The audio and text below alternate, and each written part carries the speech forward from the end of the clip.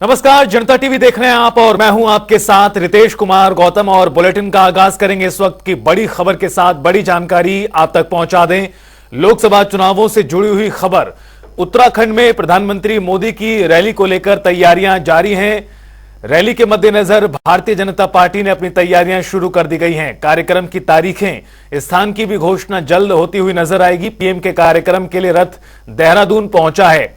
बताया जा रहा है 3 रैलियां प्रस्तावित हैं पीएम मोदी की। आगामी दिनों में गढ़वाल और कुमाऊं में 2 रैलियां होंगी। और उत्तराखंड में प्रधानमंत्री मोदी के आगामी कार्यक्रम चुनावों के मद्देनजर उसको लेकर बीजेपी द्वारा तैयारियां की जा रही हैं। और नवीन शुक्ला हमारे सहयोगी जुड़ गए हैं ज्यादा जानकारी के साथ। नवीन, अब प्रधानमंत्री मोदी के चुनावी कार्यक्रम के मद्देनजर बीजेपी द्वारा तैयारियां की जा रही हैं, क्या कुछ जानकारी इस पूरे मामले को लेकर? जी रितेश, निश्चित तौर पर अगर देखा जाए तो बीजेपी की जो तैयारियां हैं लगातार जारी हैं। कल ही की बात करें तो कल बीजेपी ने अपना कार्यालय, जो चुनावी कार्यालय है, उसका विधि पूर्वक शुभारंभ कर दिया। खुद मुख्यमंत्री पुष्कर सिंह धामी और प्रदेश अध्यक्ष महेंद्र भट्ट, प्रदेश प्रभारी जितेंद्र गौतम वहां पर मौजूद रहे। इसके साथ ही अब कार्यक्रमों की जो रूपरेखा है उसको तय करने का काम किया जा रहा है। जो केंद्रीय नेता है उनका उत्तराखंड दौरा भी अब शुरू होगा, उसको लेकर तमाम सारी तैयारियां की जा रही है। इसके साथ ही जो तो खुद प्रधानमंत्री नरेंद्र मोदी उत्तराखंड में रैलियां करने जा रहे हैं, उसकी अब तैयारी शुरू की जाएगी। हालांकि अभी जो केंद्र से इसकी पुष्टि नहीं हुई है, लेकिन कहीं ना कहीं जो प्रधानमंत्री की रैली है उसको लेकर तमाम सारी तैयारियां करने का काम किया गया है। तमाम जो कार्यकर्ता हैं, पदाधिकारी हैं, उनसे उन्हें अहम जिम्मेदारी सौंपी गई है। सबसे बड़ी बात यह है कि जो उत्तराखंड की गढ़वाल सीट है वहां पर जो प्रधानमंत्री नरेंद्र मोदी की 2 रैलियां होने वाली है। इसके साथ ही अगर कुमाऊं की बात की जाए तो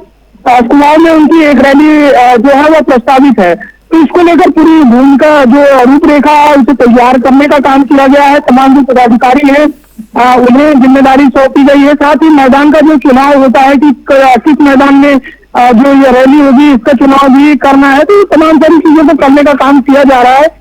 हालांकि अभी जो केंद्र से अभी इसकी जो पुष्टि अभी नहीं हुई है, लेकिन कहीं ना कहीं जो केंद्रीय नेता है, चाहे प्रधानमंत्री नरेंद्र मोदी की बात की जाए या फिर अन्य नेताओं की बात की जाए, उनका उत्तराखंड में तमाम सारा जो कार्यक्रम है प्रस्तावित है और इसको लेकर अब तैयारी की जा रही है। क्योंकि लोकसभा चुनाव में जो है कुछ ही समय बाकी है, तो कहीं ना कहीं बीजेपी वोटरों को किस तरीके से रिझाए, वोटरों को अपने पक्ष में किस तरीके से करे, इसको लेकर तमाम जो रणनीति है, तमाम जो तैयारी है उसे करने का काम किया जा रहा है।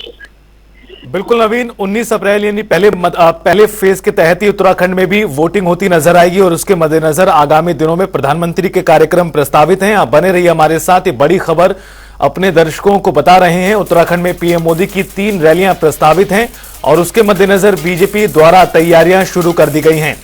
अलग अलग लोकसभा क्षेत्र अनुसार ये रैलियां होती नजर आएंगी और रथ के माध्यम से पीएम मोदी चुनावी रैलियों को संबोधित करेंगे। इस तरह की खबर सामने आई है। लगातार चुनावों को लेकर तैयारियां तमाम राजनीतिक दलों की जारी हैं। खासतौर पर उत्तराखंड की बात करें, भारतीय जनता पार्टी जहां पर 5 की 5 सीटों पर बीजेपी ने जीत हासिल की थी पिछले चुनावों में।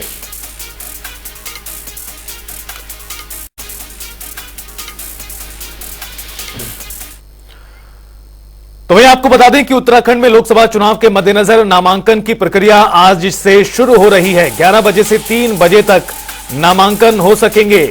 उत्तराखंड में 5 लोकसभा की सीटें हैं जिसके लिए मतदान कराया जाएगा और नामांकन करने का आखिरी दिन इसी महीने का 27 मार्च है। गौरतलब है कि 19 अप्रैल को प्रदेश में एक चरण में चुनाव होगा। 27 मार्च से शुरू होगा नॉमिनेशन और वोटिंग 19 अप्रैल को कराई जाएगी।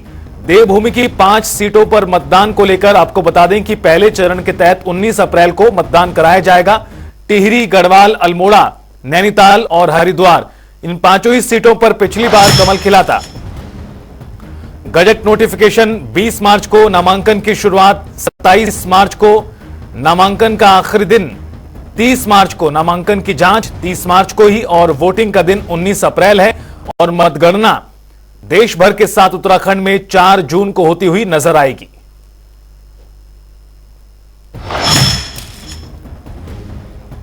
कुछ खास डाटा आपको पहुंचा दें। कुल मतदाताओं की बात करें तो 20,000 से ज्यादा के आसपास। इसमें पुरुष मतदाताओं की संख्या करीब 43 लाख, महिला वोटर्स की संख्या करीब 40 लाख, युवा मतदाताओं की संख्या 1,45,000 से ज्यादा, दिव्यांग मतदाता 79,965 हैं और थर्ड जेंडर के वोट करीब 297 सामने आए हैं। चुनावी समीकरण क्या कुछ कहता है? सीटों के अनुसार टिहरी में 15,74,000 वोटर्स हैं, गढ़वाल में करीब 13,66,000, अल्मोड़ा में भी करीब आसपास ही 13,37,000। नैनीताल की बात करें, यहां पर मतदाताओं की संख्या 20 लाख के भी पार है और हरिद्वार में भी 20,31,000 के आसपास वोटर्स की संख्या है। लोकसभा चुनाव 2024 से जुड़ी ये महत्वपूर्ण जानकारियां। अल्मोड़ा में अजय टमटा वर्सेस प्रदीप टमटा नजर आएगा। अनिल बलूनी वर्सेस गणेश गोदियाल पौड़ी गढ़वाल सीट पर है और इसी तरह टिहरी में माला राज्य लक्ष्मी शाह जो वर्तमान सांसद है उसके सामने जोत सिंह को कांग्रेस ने उतारा है। नैनीताल उधम सिंह नगर और हरिद्वार को लेकर कांग्रेस पार्टी अभी तक अपना टिकट तय नहीं कर पाई है। माना जा रहा है कि बड़े नेताओं की ओर से इनकार करने के बाद कांग्रेस के सामने कहीं ना कहीं परेशानियां नजर आ रही हैं उम्मीदवारों के चयन को लेकर इन दोनों ही सीटों पर। हमारे सहयोगी नवीन शुक्ल लगातार हमारे साथ जुड़े हुए हैं देहरादून से और ज्यादा बातचीत जानकारी के लिए। नवीन, एक तरफ जहां पांचों ही सीटों पर बीजेपी द्वारा अपने उम्मीदवारों का ऐलान भी बहुत दिनों पहले ही कर दिया गया, तो साथ ही साथ खबर है कि अब बहुत जल्द नामांकन करते भी नजर आएंगे तमाम बीजेपी के उम्मीदवार। लेकिन दूसरी तरफ कांग्रेस पार्टी के सामने उम्मीदवारों को लेकर टोटा लगातार बना हुआ है और खबर जिस तरह की है कि नैनीताल और हरिद्वार में बड़े नेताओं की ओर से इनकार करने के बाद मुश्किलें कहीं ना कहीं बढ़ती नजर आ रही हैं कांग्रेस के लिए। कहीं ना कहीं जो लोकसभा चुनाव है उसका संकनाद हो चुका है। जहां बीजेपी की तरफ से अपने पांचों प्रत्याशियों की घोषणा हो चुकी है, वहीं अभी कांग्रेस इस दौड़ में पीछे नजर आ रही है। अभी 3 सीटों पर ही कांग्रेस ने अपने प्रत्याशी घोषित किए हैं। हालांकि पार्टी का ये कहना है कि जल्दी प्रत्याशी की घोषणा हो जाएगी, लेकिन कहीं ना कहीं यह आ रही है कि जो कांग्रेस प्रत्याशी चयन की प्रक्रिया पूरी तरीके से सही नहीं कर पा रही है। उन्हें प्रत्याशी उस हिसाब से नहीं मिल रहा है कि वो खड़ी टक्कर दे पाए। लेकिन कहीं ना कहीं कांग्रेस का ये कहना जरूर है कि जो प्रत्याशी उतारा जाएगा वो पूरी तरीके से जो टक्कर देने वाला प्रत्याशी उतारा जाएगा। इसको लेकर जो मंथन का दौर है वो लगातार जारी है। हालांकि जो अगर बात की जाए तो कांग्रेस के कई नेता दिल्ली भी गए थे, वहां पर उन्होंने केंद्रीय नेतृत्व से चर्चा की है और जो प्रत्याशियों का फैसला है वो केंद्रीय नेतृत्व के पाले में हो चुका है। तो कहीं ना कहीं कांग्रेस अपनी जो रूपरेखा है उसे तैयार करने में लगी हुई है। हालांकि प्रत्याशियों के चयन को लेकर अब एक समय जो है वो लंबा अंतराल भी होता जा रहा है, लेकिन आने वाले दिनों में 1-2 दिन में ही प्रत्याशियों की जो चयन की प्रक्रिया है उसे पूरा करने का काम किया जाएगा। साथ ही अगर कांग्रेस की बात की जाए तो 3 सीटों पर कांग्रेस ने अपने प्रत्याशी उतार दिए हैं और अब जो चुनावी समीकरण है उसे साधने का भी प्रयास किया जा रहा है। इसके साथ ही अगर बीजेपी की बात की जाए तो बीजेपी ने अपने 5 लोकसभा सीटों पर प्रत्याशियों की घोषणा कर दी है और साथ ही जो प्रत्याशी हैं अपने अपने क्षेत्रों में आम जनता के बीच में जाने का काम कर रहे हैं। इसके साथ ही अगर बात की जाए जो तमाम सारे नेता हैं उनके साथ अब जो प्रत्याशी हैं उनके साथ जाने का काम कर रहे हैं। साथ ही नामांकन की जो प्रक्रिया है अगर बीजेपी की बात की जाए ऐसे भी हालांकि जो नामांकन की जो प्रक्रिया है आज से शुरू हो जा रही है, लेकिन मैं बीजेपी की बात बताना चाहूंगा कि बीजेपी 22 तारीख से जो नामांकन है उसको दाखिल करने का काम करेगी। साथ ही तैयारियों को अंतिम रूप देने का काम किया गया है और अब जो प्रत्याशी है वो आम जनता के बीच में जाने का काम कर रहे हैं। बीजेपी के पक्ष में वोट की अपील करते हुए भी नजर आ रहे हैं। तो साफ तौर पर बीजेपी की जो तैयारी है उसे कहीं ना कहीं इसे ये जरूर कह सकते हैं कि बीजेपी की जो तैयारी है उसे पूरा कर लिया गया है। और नवीन, आप कहना चाह रहे हैं कि भारतीय जनता पार्टी तैयारियों के मद्देनजर अगर देखा जाए तो कहीं ना कहीं कांग्रेस से 4 कदम आगे नजर आ रही है। जहां एक तरफ प्रधानमंत्री मोदी की रैलियों को लेकर भी खबर आ रही है कि आगामी दिनों में 3 रैलियां करते नजर आएंगे प्रधानमंत्री मोदी, तो वहीं दूसरी तरफ कांग्रेस पार्टी अभी उम्मीदवारों के मंथन को लेकर ही उधेड़-बुन में फंसी हुई है। जी सही बात है। अगर बात की जाए तो कहीं ना कहीं अगर बीजेपी 4 कदम जरूर आगे दिखती हुई नजर आ रही है, क्योंकि 5 जो लोकसभा सीट है वहां पर प्रत्याशियों की घोषणा हो चुकी है। साथ ही बीजेपी ने अपने चुनावी कार्यालय का उद्घाटन भी कर दिया है आम जनता के बीच में जाने का जो सिलसिला है वो लगातार शुरू हो चुका है। वहीं अगर प्रत्याशियों की चयन की बात की जाए तो कहीं ना कहीं कांग्रेस जरूर पीछे नजर आ रही है। अभी 3 सीटों पर ही कांग्रेस के जो नेता हैं उनका चयन हो पाया है और 2 सीटों पर अभी प्रत्याशियों का चयन नहीं हो पाया है।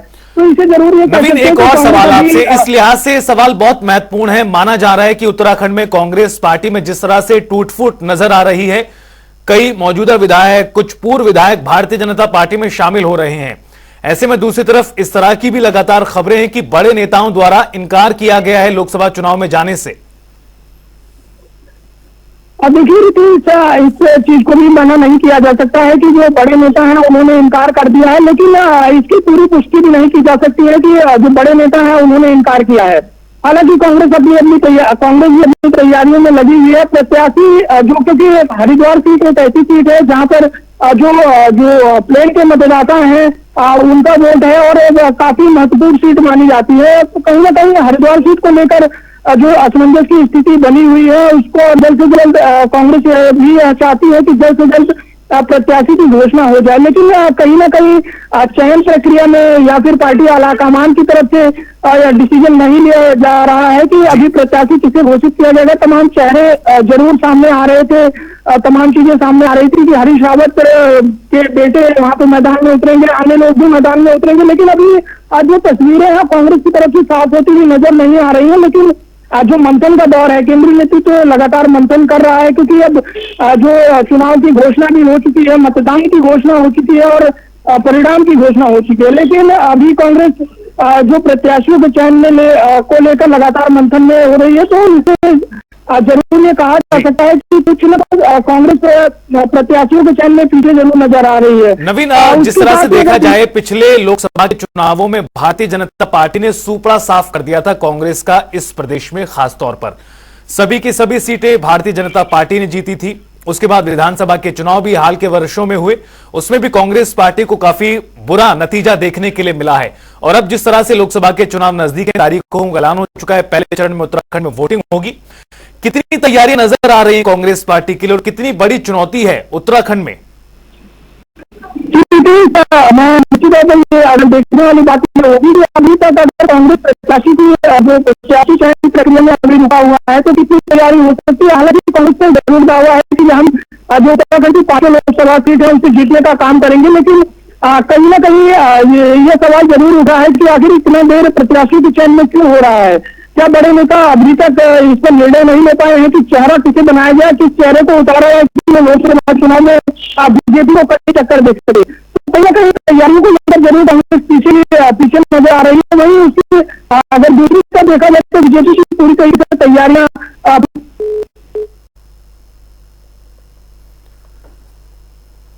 जी, लगता है नवीन की आवाज हमारे तक नहीं पहुंच पा रही है, लेकिन ये बड़ी खबर नवीन हमारे साथ लगातार साझा कर रहे हैं देहरादून से। बड़ी खबर इस लिहाज से बेहद महत्वपूर्ण है चूंकि चुनावों के तहत पहले फेज में ही उत्तराखंड में वोटिंग होगी और उससे पहले भारतीय जनता पार्टी को एज इस लिहाज से भी है चूंकि पिछली बार सभी सीटें बीजेपी जीती थी। इस बार भी 2 कदम आगे बढ़कर उसने सबसे पहले उम्मीदवारों का ऐलान कर दिया है। कांग्रेस पार्टी भी लगातार मंथन तो जरूर कर रही है, लेकिन 2 सीटों को लेकर तस्वीर अभी तक साफ नहीं हो पाई है। अब देखना यह है कि जिस तरह से केंद्रीय चुनाव समिति की बैठक कांग्रेस पार्टी द्वारा आजकल लगातार हो रही है, ऐसे में क्या इन दोनों नामों को लेकर तस्वीर अगले कुछ घंटों में साफ हो सकती है, क्योंकि इस तरह की भी अंदर खाने खबरें हैं कि कांग्रेस के बड़े नेताओं द्वारा इनकार किया गया है लोकसभा चुनाव लड़ने से। हालांकि तमाम तरह की खबरें लगातार चल रही हैं, लेकिन इस बीच बड़ी जानकारी है कि आने वाले दिनों में पीएम मोदी रैलियां करते नजर आएंगे उत्तराखंड में।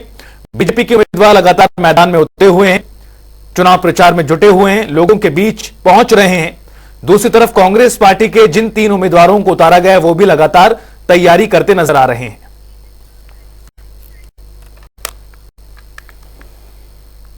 मुख्यमंत्री पुष्कर सिंह धामी ने देहरादून में बीजेपी लोकसभा चुनाव मीडिया सेंटर का उद्घाटन किया। चुनाव तक प्रदेश स्तर की सभी मीडिया गतिविधियां, कार्यक्रमों का संचालन मीडिया सेंटर से होगा।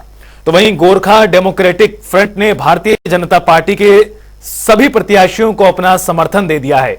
गोरखा डेमोक्रेटिक फ्रंट ने बीजेपी के सभी प्रत्याशियों को अपना समर्थन दिया है, जिसको लेकर गोरखा समाज से जुड़े वरिष्ठ लोगों ने मुख्यमंत्री धामी और पार्टी प्रदेश अध्यक्ष महेंद्र भट्ट को समर्थन पत्र सौंपा।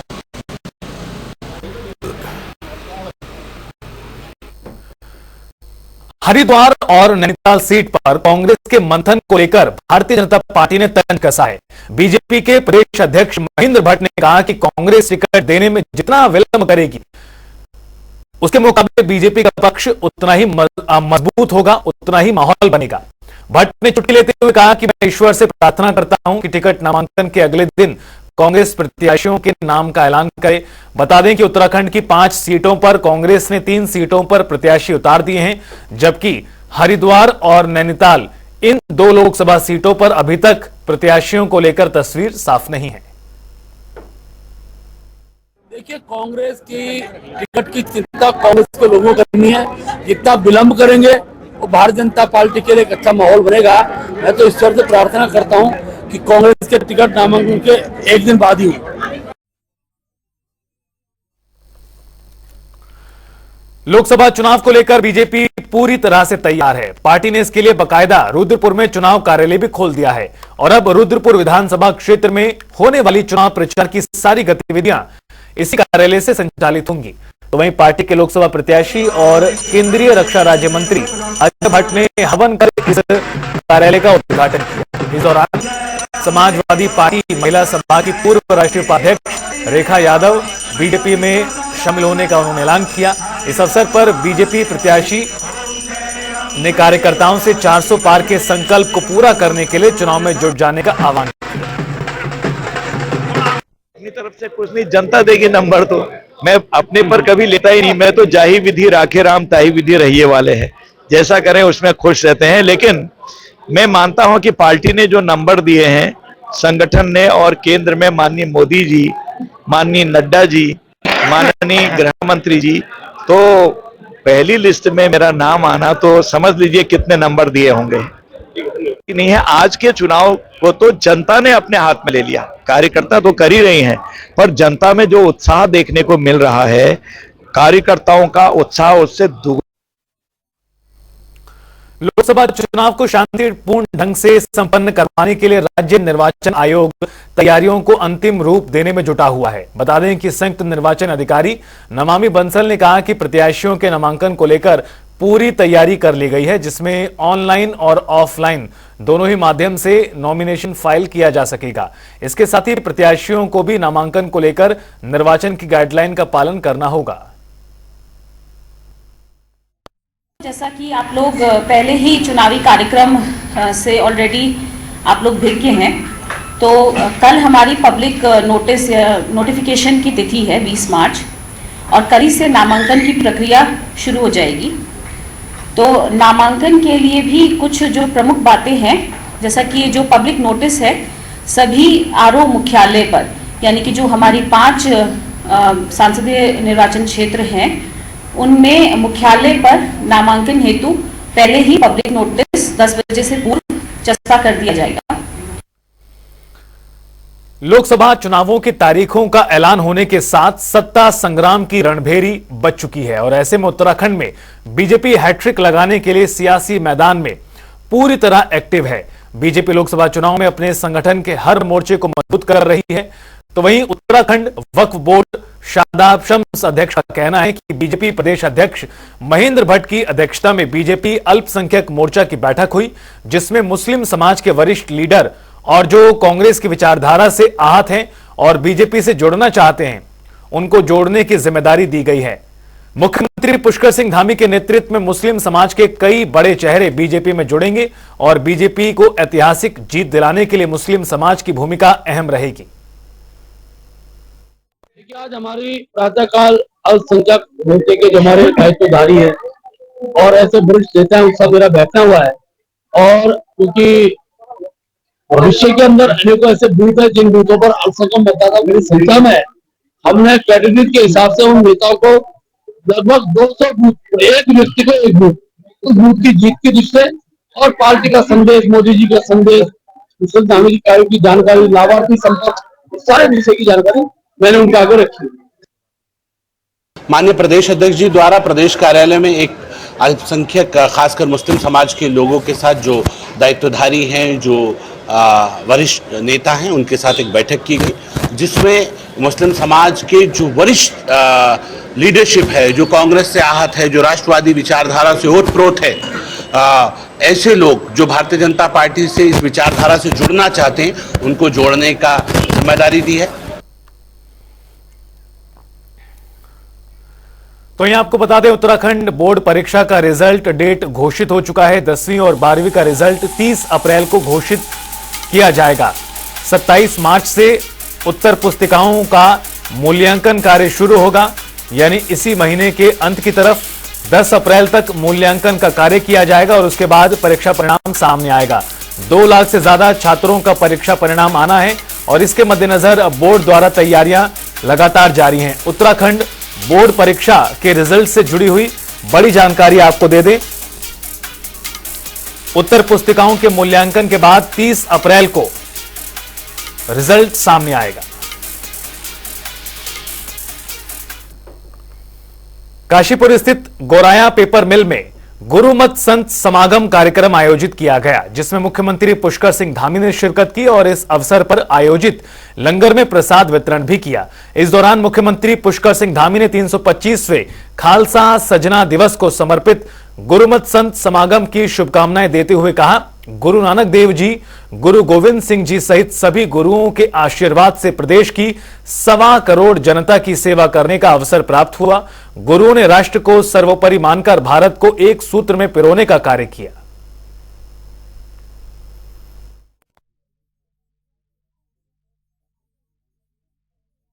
गुरु नानक देव जी, गुरु गोविंद सिंह जी समेत हमारे सभी गुरुओं को उनके चरणों में श्रद्धापूर्वक नमन करता हूं कि उनके आशीर्वाद से, उनकी प्रेरणा से जो उन्होंने धर्म की रक्षा के लिए, हम सब की रक्षा के लिए, देश की रक्षा के लिए अपने जीवन को तिल तिल जलाया, तिल तिल लगाया, उनकी प्रेरणा से मुझे भी उत्तराखंड राज्य के मुख्य सेवक के रूप में 1.25 करोड़ उत्तराखंड वासियों की सेवा करने का अवसर प्राप्त हुआ है। भाइयों बहनों, हम सभी जानते हैं, हमारे सभी गुरुओं ने हमेशा राष्ट्र को सर्वोपरि मानकर पूरे भारत को, पूरे देश को, पूरब से लेकर पश्चिम तक, उत्तर से लेकर दक्षिण तक, अटक से लेकर कटक तक, कश्मीर से लेकर कन्याकुमारी तक पूरे देश को एक सूत्र में बांधने का काम किसी ने किया था तो हमारे उन महान गुरुओं ने किया था। उन्होंने सबको एकता का सूत्र दिया था। तो वहीं लोकसभा चुनाव से पहले पशुपति पारस ने केंद्रीय मंत्री पद से इस्तीफा दे दिया है। वो बिहार में एनडीए के बीच हुए सीट बंटवारे में एक भी सीट न मिलने से नाराज थे। इस्तीफा देते समय पशुपति पारस ने कहा कि उनकी पार्टी के साथ नाइंसाफी हुई। तो वहीं इस बीच हरीश रावत ने प्रतिक्रिया देते हुए इस मामले को लेकर क्या कुछ कहा, सुनिए। जितने लोग जो है अन्याय से पीड़ित हैं, वो सब लोग आकर के हमारी कॉमन लड़ाई है, उस लड़ाई में जो है वो सामने सम्मिलित हूँ, एक सिपाही के तौर पर सम्मिलित हूँ। पशुपति पारस के लिए इनविटेशन है आपके हिसाब से? मैं किसी एक को लेकर के नहीं कह रहा हूँ, क्योंकि उन्होंने कहा मेरे साथ अन्याय हुआ है। हमने कहा प्रत्येक अन्याय पीड़ित व्यक्ति जो है, न्याय की लड़ाई राहुल गांधी जी लड़ रहे हैं, हम लड़ रहे हैं, कांग्रेस लड़ रही है, खड़गे साहब लड़ रहे हैं, उसमें सब। और इसी के साथ फिलहाल इस बुलेटिन में इतना ही। जनता टीवी पर खबरों का सफर लगातार जारी है।